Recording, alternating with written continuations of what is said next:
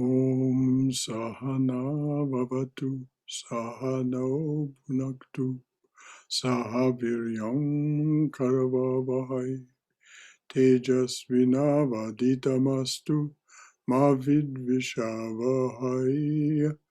Om Shanti Shanti Shanti.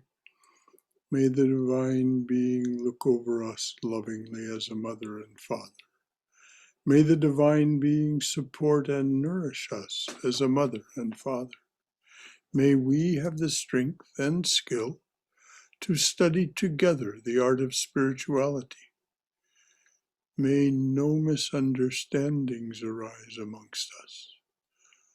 Om Shanti Shanti Shanti. Peace, peace, peace be unto us and to all beloved beings everywhere.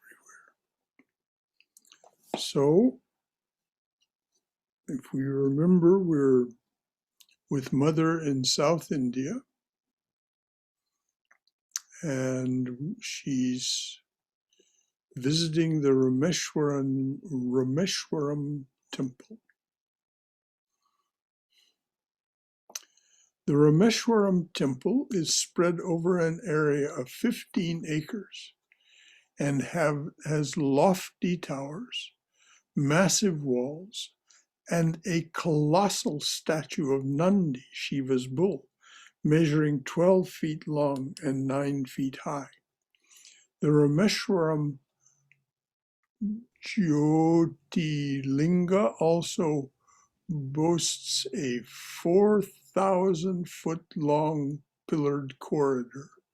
4,000-foot-long pillared corridor with more than 4,000 pillars, supposedly the longest such corridor in the world.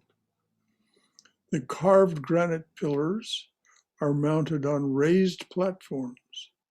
The eastern tower rises to a height of 126 feet and has 9 levels.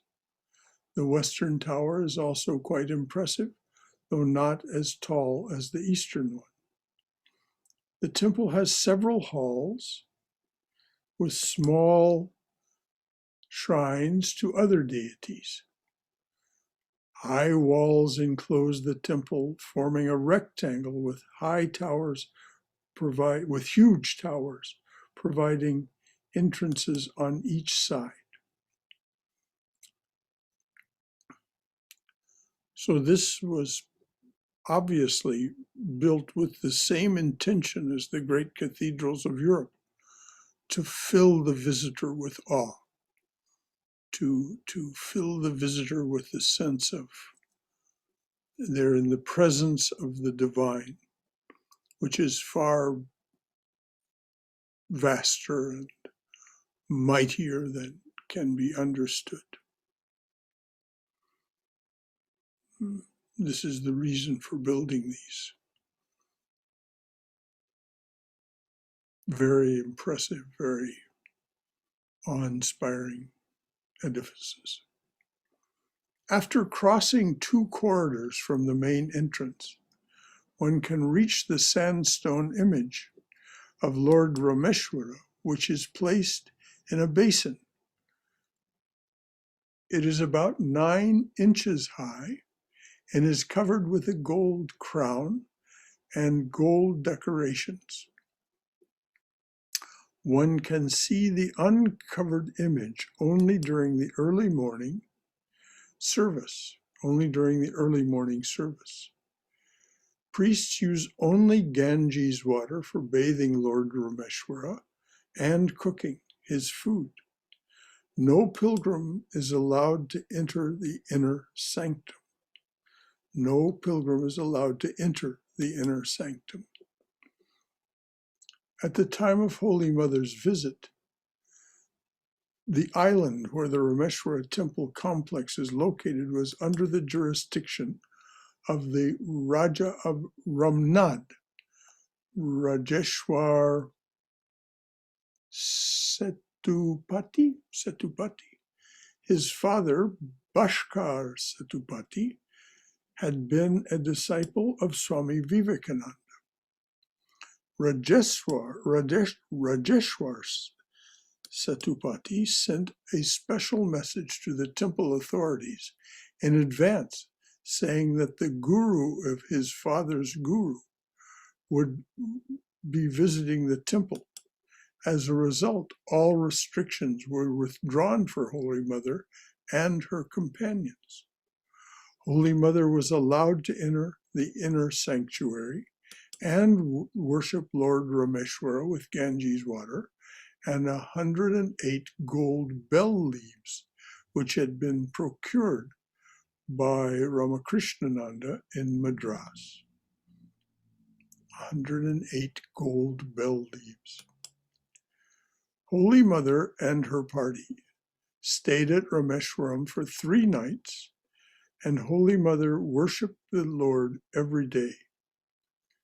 She also attended the Vesper service and watched the lighted festival image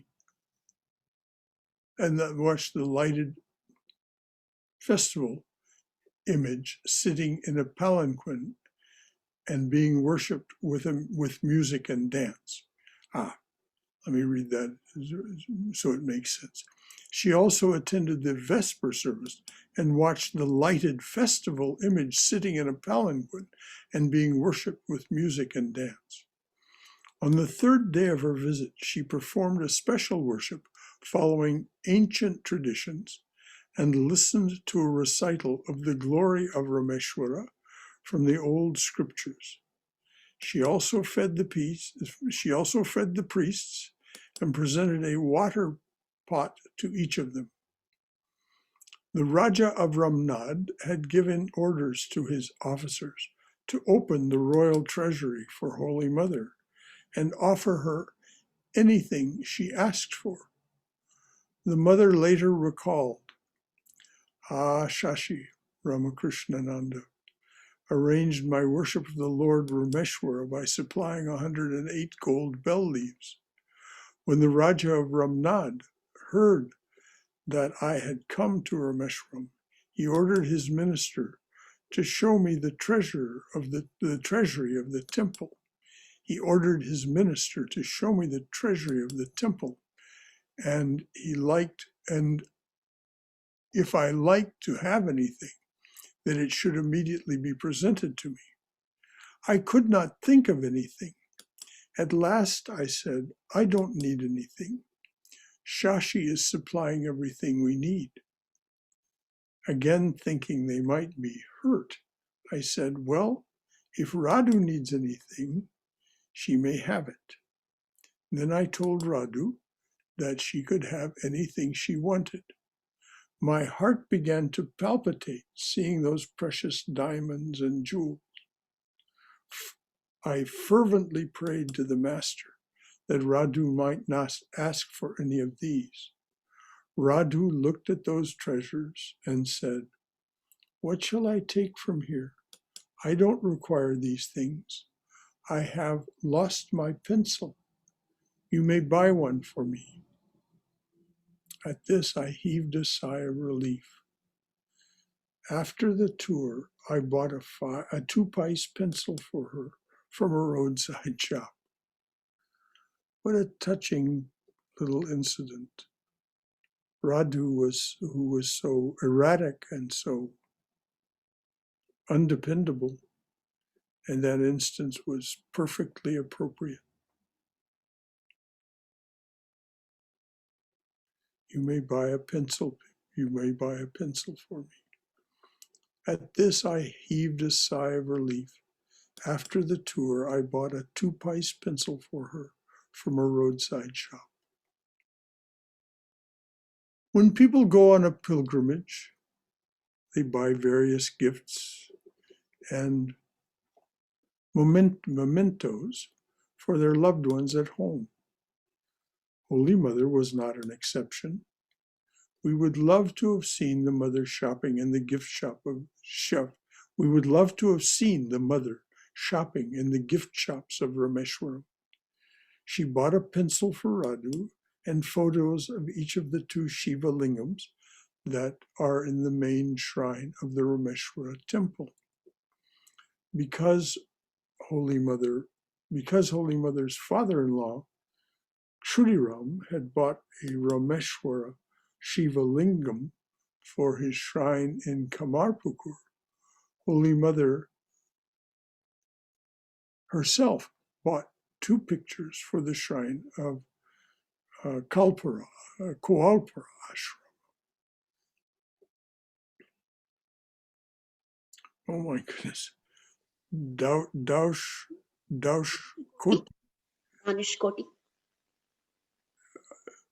Daushkoti or Daush Tirtha is situated at the end of the island and is about 14 or 15 miles from the temple complex. According to the Ramayana, monkeys built a bridge from Rameshwaram to Sri Lanka so that Rama could conquer Ravana.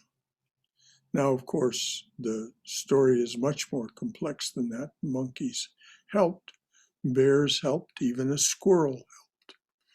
And so Rama ran his fingers along the squirrel's back, and that's why the squirrel has the 2 stripes. It's the squirrel himself brought pebbles too. After the war, Rama rescued Sita and brought her back to the mainland.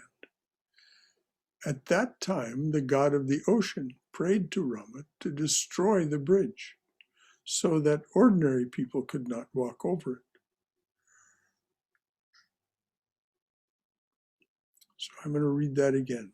After the war, Rama rescued Sita and brought her back to the mainland. At that time, the god of the ocean prayed to Rama to destroy the bridge so that ordinary people could not walk over it. Rama took his bow and arrow and destroyed the bridge, and since then the spot where that bridge once stood has become a holy place.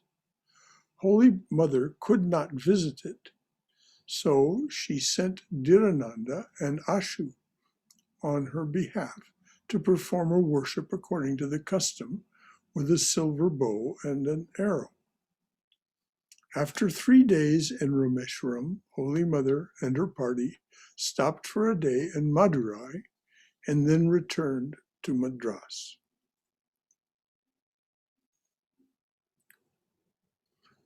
So before we go on, this very touching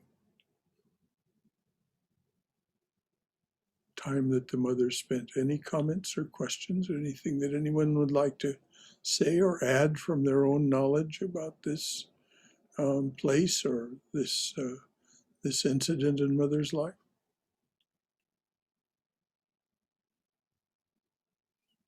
Okay.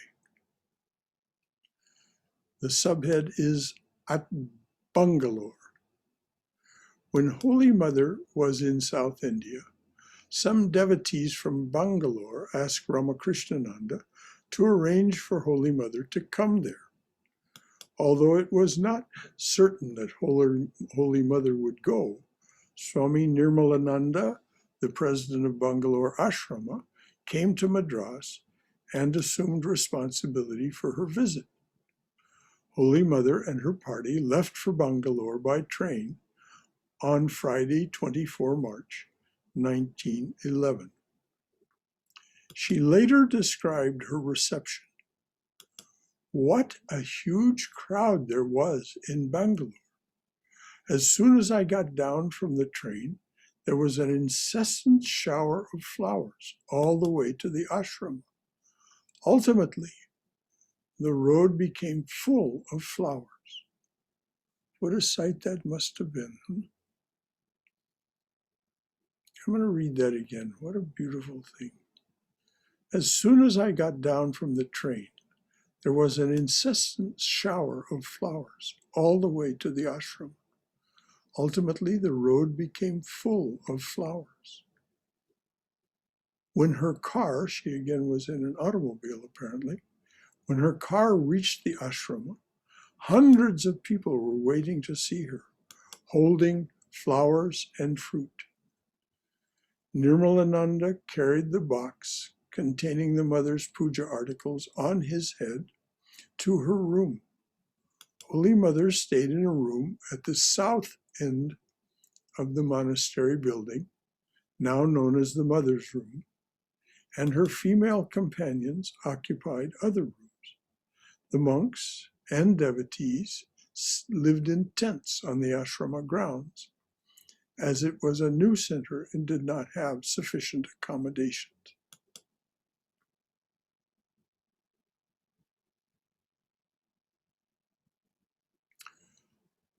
Swami Vishuddhananda, a disciple of the Mother, recalled, Holy Mother came to visit South India with her entourage. We gave the whole monastery building of the Bangalore Center to her for her stay, and we moved to a tent in front of the monastery. Holy Mother did not want any publicity. Holy Mother did not want any publicity about her in the newspaper, so nothing was published. Still, many people came to see her with fruits and presents. And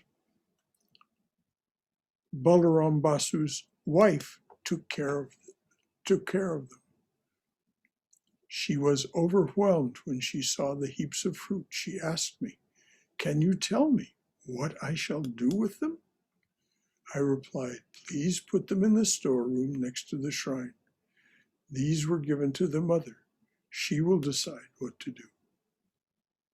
Holy Mother's room was adjacent to the Master's shrine. I was the worshipper.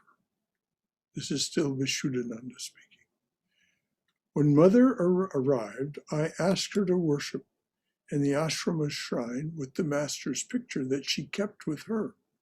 The Mother said, "My child, I shall worship the Master with a couple of flowers in the corner of my room. You continue your worship as usual." "What humility," I said. "What do you say, Mother? How is that possible? You will have to perform worship in the main shrine. I will not do the worship as long as you are here." Holy Mother had rheumatic pain in her legs, and she limped a little. One day, in the early afternoon, when there was not much of a crowd, I accompanied the Mother on a visit to the nearby temples of Ganesha and Shiva, the cave temple of Govipura, the cave temple of Govipura. She acted like any other pilgrim. She bowed down to the deities and then took dust from the floor and rubbed it on the painful spot on her leg for recovery. She also took some dust and put it on Radhu's head. At this I smiled. When I was returning with the Mother, I saw in the distance a large crowd. I saw in the distance a large crowd waiting to see her. I told her, "Mother, you are attracting so many people." She just smiled a little. When the horse carriage arrived at the gate of the ashrama, she said, "Let me get down from the carriage. I shall walk among these devotees slowly." Let me just read that again. When they arrived at the gate of the ashrama, she said, "Let me get down from the carriage. I shall walk among these devotees slowly. So many people have come to see me." I said, "No, Mother, it is not possible. Rather, let the driver drive the carriage slowly from here." She agreed. The Bangalore ashrama had been inaugurated a couple of years before these events. There were no big trees on the monastery grounds then, but some small plants had just been planted. The devotees were seated, and they all stood up when they saw the Mother. They then prostrated themselves before her. At this, Mother went into an ecstatic mood. If you remember, the Master said that seeing large crowds, Sri Ramakrishna said, seeing large crowds always put him in an ecstatic mood. No doubt this was the same phenomenon with the Mother. At this, Mother went into an ecstatic mood. She remained in the carriage, making the gestures of offering boons, and showing fearlessness. 5 minutes passed. I was overwhelmed, but I controlled myself, and then I slowly helped her get down from the carriage and to sit in front of the devotees. They were all overjoyed. Another day, the master sat in our big hall. Nearly 40 devotees came to see her. The mother sat there watching those devotees. They were looking at her intently.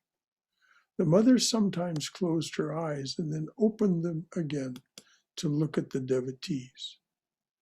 There was no conversation. 15 minutes passed in this manner. I stood there as a spectator, looking at the mother and again at the devotees.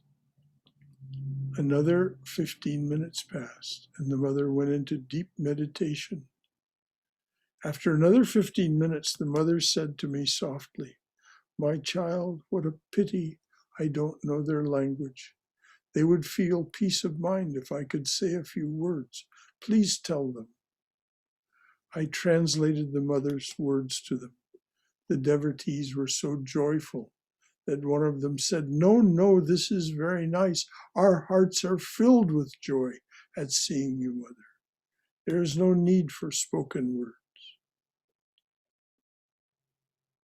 I translated the mother's words to them. The devotees were so joyful that one of them said, No, this is very nice. Our hearts are filled with joy at seeing you, Mother. There is no need for spoken words. I translated those words into Bengali for her. Upon hearing this, her face beamed with an Elysian smile. How did she learn to smile in such a beautiful way? Well, it was Sita's smile. It was Sita's smile. Upon hearing this, her face beamed with an Elysian smile.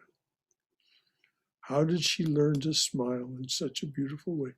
For those of you who don't know, Elysium is the home of the gods. How did she learn to smile in such a beautiful way? This scene reminds us of a verse from the Dakshinamurti Stotram by Shankara. A wonderful picture beneath the banyan tree. The disciples are old and the preceptor is young. The instruction is given by the preceptor in silence. The instruction given by the preceptor is in silence. Let me read this again.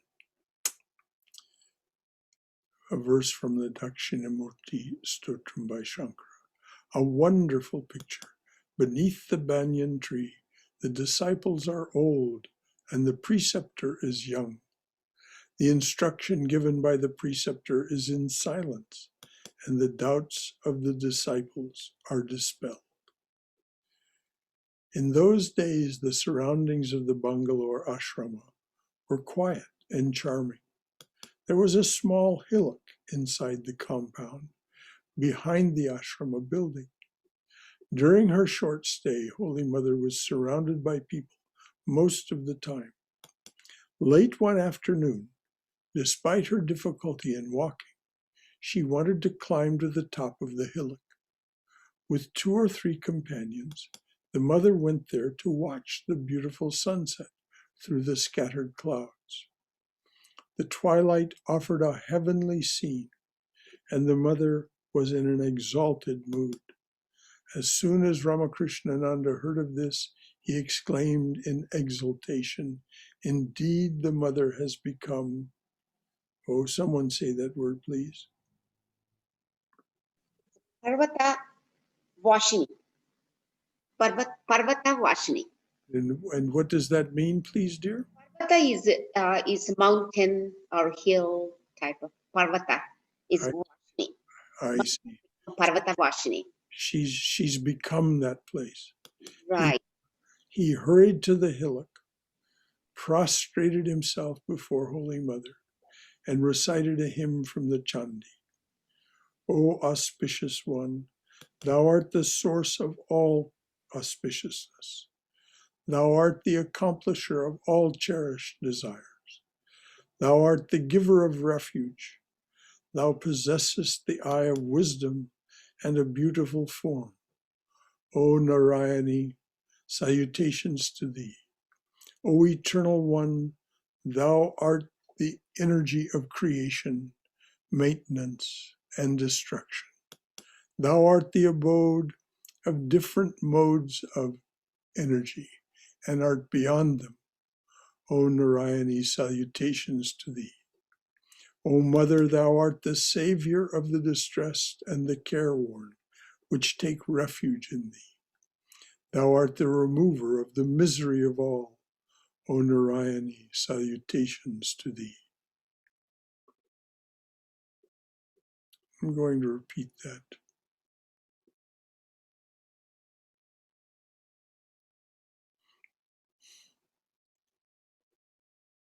So Ramakrishnananda went into an exalted state himself and recited this from the Chandi. O auspicious one, thou art the source of all auspiciousness. Thou art the accomplisher of all cherished desires. Thou art the giver of refuge. Thou possessest the eye of wisdom and a beautiful form. O Narayani, salutations to thee. O Eternal One, thou art the energy of creation, maintenance, and destruction. Thou art the abode of different modes of energy and art beyond them. O Narayani, salutations to thee. O Mother, thou art the savior of the distressed and the careworn. Thou art the savior of the distressed and of the careworn, which take refuge in thee. Thou art the remover of the misery of all. O Narayani, salutations to thee.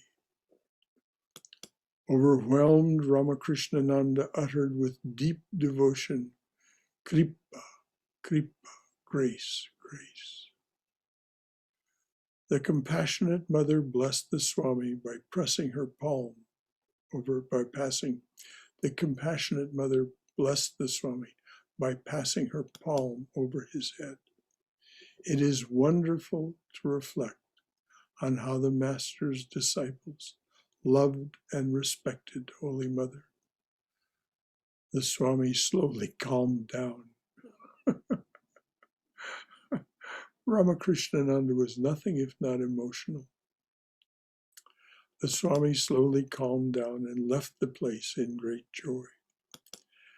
At Nirmalananda's request, the mother repeated a mantra as she sat on that hillock. At Nirmalananda's request, the mother repeated a mantra as she sat on that hillock. Since that day, the place has been considered sanctified. Later, a monument was erected on that spot. Now many people visit this holy place every day, and some practice japa and meditation there. Devotees remember this episode and try to feel the mother's presence.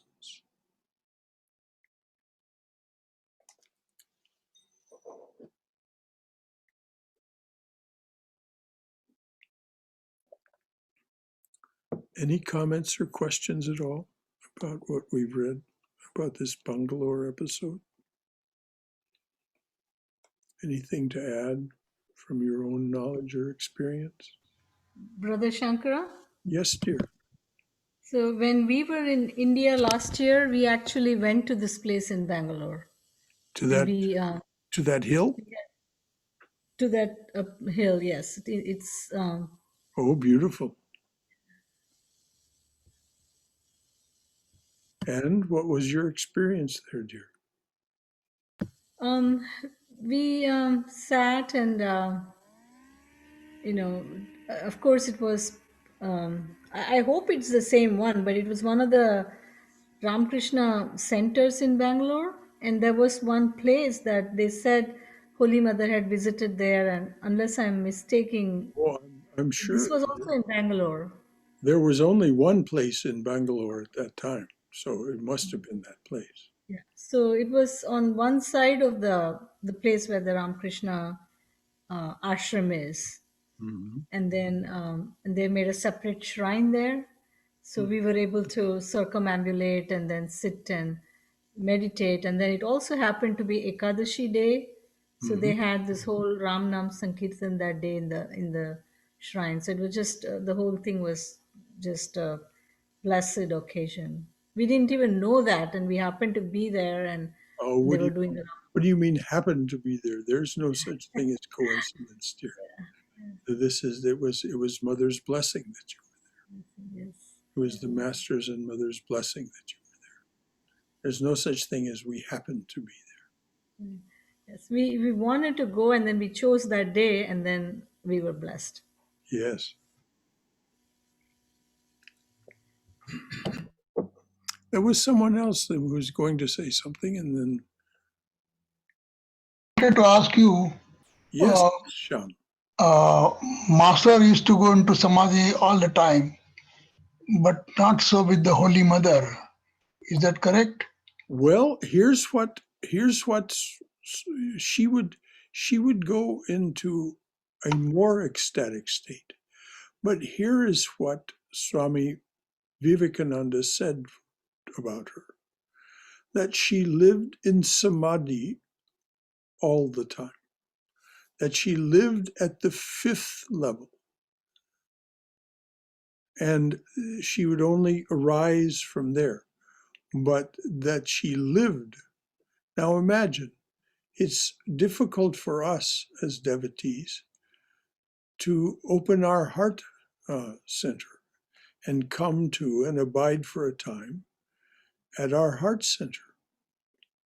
Mother lived above that. Now, there's a reason for that also. This is one of the expressions of power. The 1, 3, and 5, those centers are power centers, expressions of power center. So every word that Mother said, everything that she uttered was full of that power, that spiritual power. And so this is why the Master said, I had to tie her down with Radu. I had to tie her down with Radu, otherwise she would have flown away. She was already above where most of us can hope to come to. So if she had not been tied down by the Yoga Maya of Radu, she would have just flown away. She was always just on the point of going into deep samadhi. The Master, of course, was doing this to generate that tremendous spiritual power that he transmitted to each person who came to see him, whether they knew it or not. And of course, he was broadcasting it out into the whole world. So this is the Master's case and Mother's are very different. He had at most 100 disciples, it said, very carefully chosen. Mother had thousands, a couple of thousands, and people are not exactly certain how many. So they had different roles, but Mother definitely lived in a kind of ecstasy, according to Swami Vivekananda. Thank you. Thank you very much. Brother Shankara, Yes, Aaron. why do you think that Mother had more disciples than the Master? Well, the Master very carefully selected his disciples so that he would give his enormous spiritual treasures just to those who would be able to carry them on. So he had his apostles, the ones who the young men and for that matter the young women that became monastics, and carried his message forward. The mother's disciples were not expected to carry that load. So she was able to take many, many more disciples. And of course, she had, her compassion was without limit. People would stop her on the roadside. People would stop her on the road and demand that she give them diksha then and there. And so she would say, "Oh, go bathe in that stream, go bathe in that pond, come back." And they would go behind some bushes and she would give them diksha. So mothers, and so we can approach both of them in that spirit even now. This is why Ramakrishnananda recited those lines from the Chandi. She is compassionate to all who seek to take refuge. All of the dejected, the translation of the Chandi we read here says, the dejected and distressed that take refuge under you. And so the mother's compassion was limitless, and her mission was very different than the master's. The master had a mission to continue this spiritual outreach and this spiritual power. So he gave something very special to each one of those people who became his apostles, both the monastics and the householders. And it was meant to be transformative then and there at the time that he gave it. Mother, she gave the transformative power, all right, but there was something more required from the disciple. They had to do a little work. Or if they couldn't, she said, "I'll do it for you." But they had very different roles. Her disciples were not expected to manifest that spiritual power on behalf of humanity as the masters were. So, so like the master's disciples had to be monastics, but mother's disciples. No. They were not all monastics by any okay. manner of means. Read about Girish Ghosh. Read about Ram. They were not all monastics by any manner of means, but they had responsibility for carrying the work forward. The mother's disciples did not have that responsibility, or very few of them.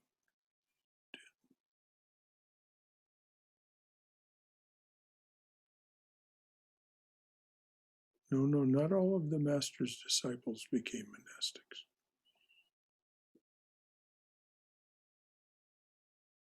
Less than 20 did. But the others all had responsibilities. If you look into their lives, you'll see that remarkable things happened. They became saints and passed the master's power, his spiritual treasure, on to others by their sainthood. Yes, I forgot about Girish Ghosh. He's And one of my many others.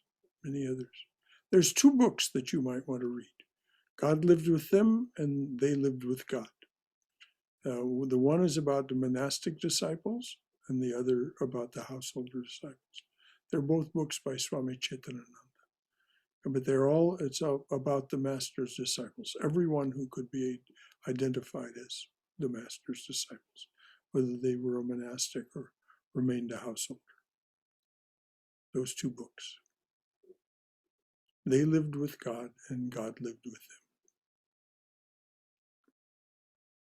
And then if you want to just have a wonderful time, particularly as an entertainer and performer as you are, just read the book about Girish Ghosh. It's a big, thick book, but boy, howdy is it. It's quite a ride. It's, again, a masterpiece by Swami Chaitanya. Anyone else? Thank you, Aaron. I have this book, The Apostles of Ramakrishna. Yeah, Ramakrishna. and that's about the monastic disciples. This is a good book. Oh, yes. For anyone to read that's interested in that. Thank you. Yes. Who's the author? Oh boy, I didn't look at that. It should say right on the front of the book. It doesn't. Oh, okay. It may have been prepared by the order then. Compiled by and edited by Swami Ga. Boy, I can't pronounce that. Okay, it's all right. So one of the Swamis of the order. Yeah. Spell a little bit of it. Gambhirananda.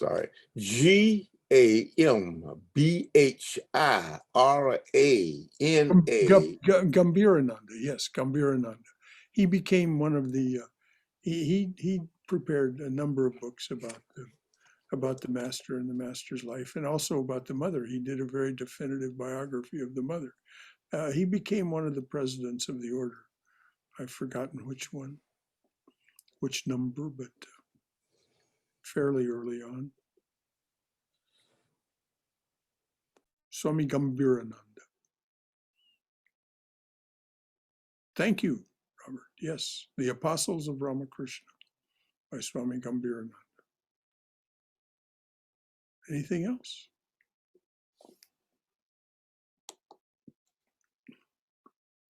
Okay, we've got about a quarter of an hour left. If there's nothing else, I'll read on. Holy Mother liked the calmness and climate of the Bangalore ashrama. Referring to the people of Bangalore, the mother later remarked, they have great devotion. Although the mother's visit was not publicized, people heard of her through word of mouth, and many began coming from the Dewan from the Dewan or minister of Mysore down to the poor and downtrodden. Observing their enthusiasm and spiritual hunger and listening to their prayers for mantram, initiation, and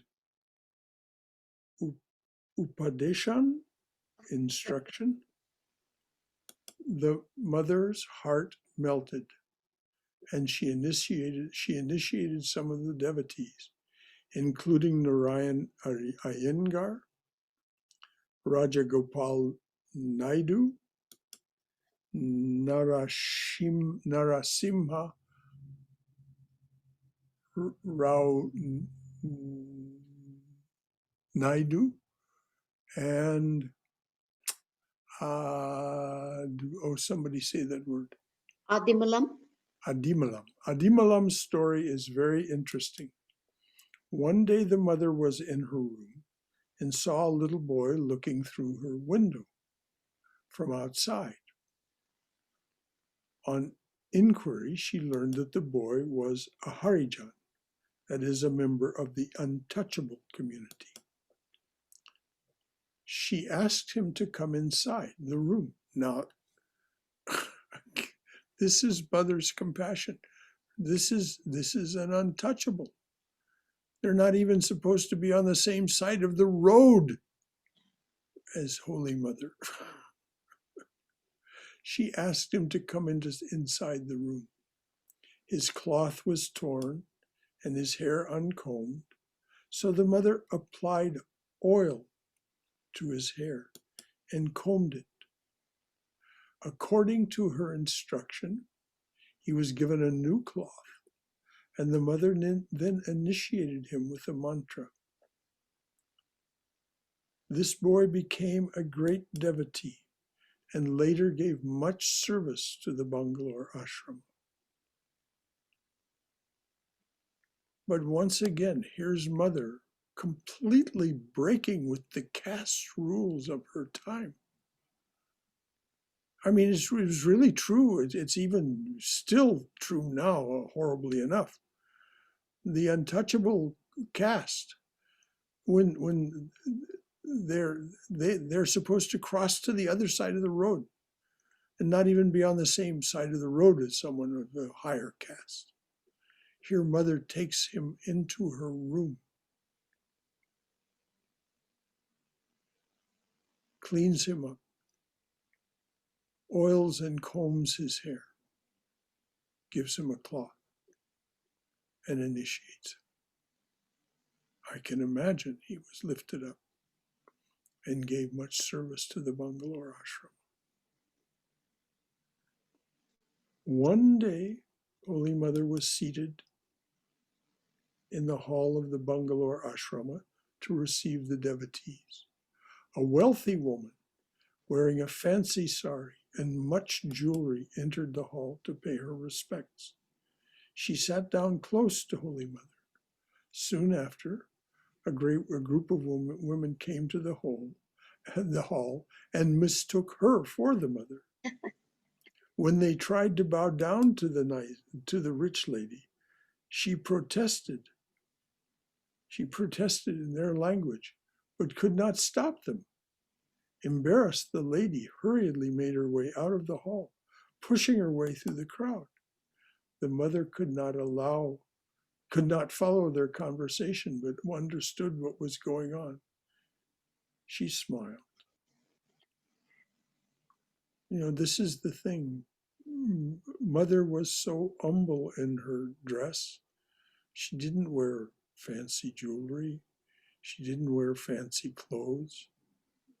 So these people coming in, they thought that this lady all got up in fancy clothes and jewelry was mother. Mother's reaction, she just smiled. Mother could not follow their conversation, but understood what was going on. She smiled. On 25 January 1959, is that what that says? On 25 January 1959, Swami Vishuddhananda described a similar incident.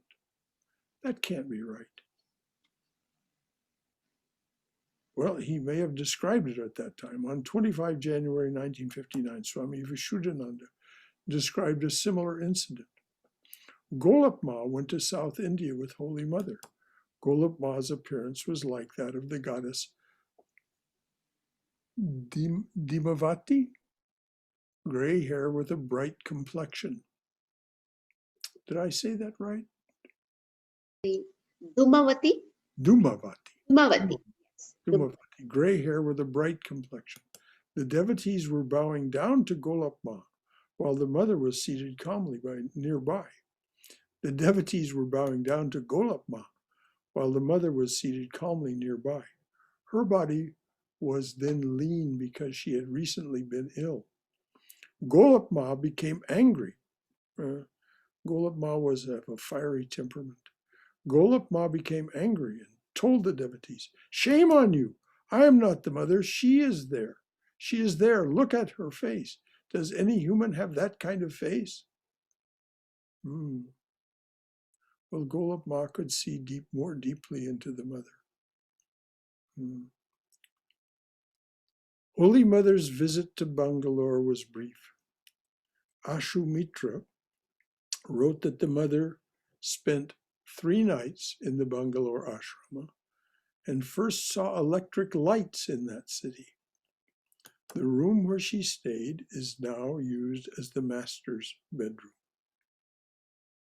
The room where she stayed is now used as the master's bedroom.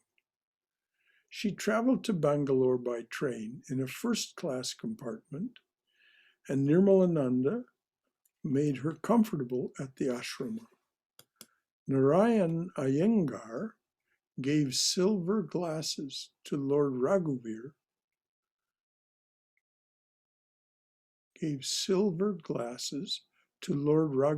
of Kumarpukur, Holy Mother, and Radu. I see. Okay. Raghuveer was the family deity of Sri Ramakrishna's family. So Iyengar gave silver glasses to Lord Raghuveer of Kamarpukur, Holy Mother, and Radu. He gave silk cloths to Golapma and Surabala, and he gave money for Radu's traveling expenses. Ramakrishna wrote to Narayan Iyengar from Madras, Mother is highly pleased with your offerings. Before she left Bangalore on 27 March 1911, the devotees wanted to have her footprints. She allowed them to make impressions of her feet on a few pieces of cloth. One of them still exists in the mother's room at Bangalore Mat.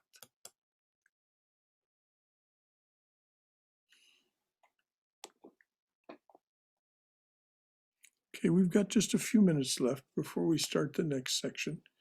Any other comments or questions? Anything at all about the mother from your own experiences as Swayam shared, or just anything at all that you'd like to talk about the mother's experience in South India? Because we're about to, the next subhead is Return from South India. Brother Shankara, it's Yes. about a little boy who is a Harijan. Mm-hmm. You read about Adimulam's story, and that type of treatment was there for a long, long time, and it has finally changed quite a bit now in my generation of when I was growing up. Slowly, 30, 40 years ago, the government has given them equal opportunity to get the education and schooling, jobs. Now they have better opportunities. Just like, here there are some societal problems. We had that too for a long, long, long time. Yeah. My parents' generation was worse. My generation took over. It was more educated generation, started, adding them as our own people. So there are still, I'm sure some people are still there. So here and there, but it was Yes. there. I've heard stories of the Harijans having to cross over to the other side of the road within the last few years. Exactly. They wouldn't let them come. People getting angry if they don't. Exactly. That's right. That's how it was.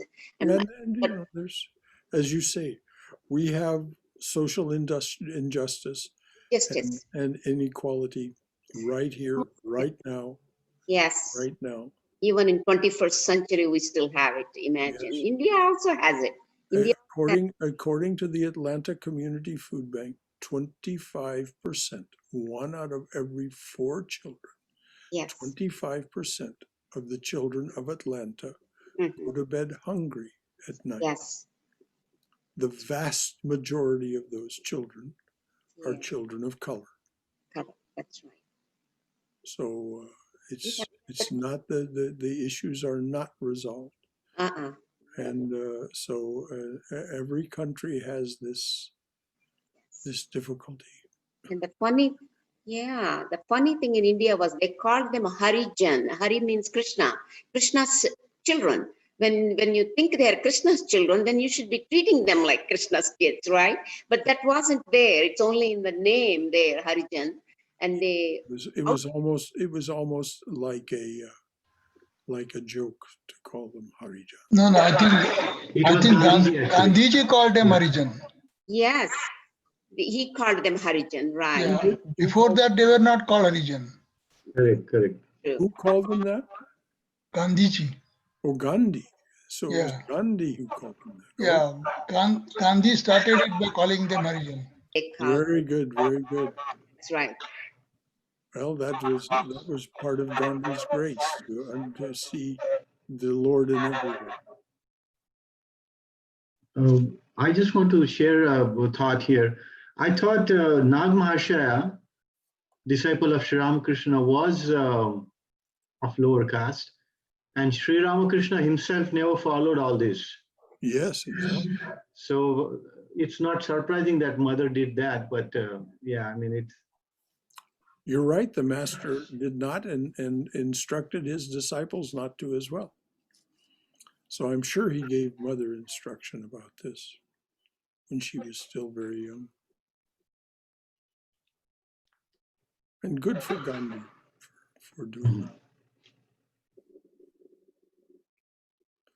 Anything else from anyone? Thank Brother you all. Shankara, I'm Girija. Yes, Girija. Hi. When we are talking about the Swami Gambhirananda, Yes, dear. I have 4 books of Ma Sarada Devi, and this came from Holy Mother, Sri Sarada Devi, and it had a great impact on me. It ends with saying, if you want peace, don't find fault with others, but find fault rather with yourself. Learn to make the world you own. Nobody is a stranger, my dear. The world is yours. Yes, If you that was. want peace, don't find fault with others. Yes, this was Holy Mother's last instruction. Yes, this is the book. She was literally on her deathbed, so to speak, when she gave that instruction. Thank you, Girija. Thank you. Yes, these remarks that were made, they weren't in judgment, they were just in observation.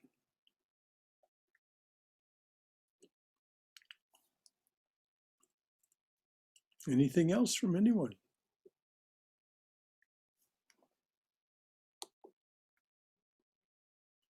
All right, it's just a little after 9.